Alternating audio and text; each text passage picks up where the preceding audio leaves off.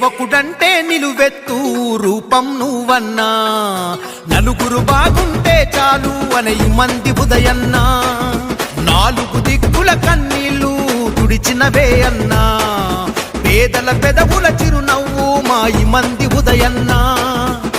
పని చేసే మనిషివి నువ్వు, పదవులతో పని లేదు, పదవున్నా లేకున్నా ప్రజల మనిషివే నీవు.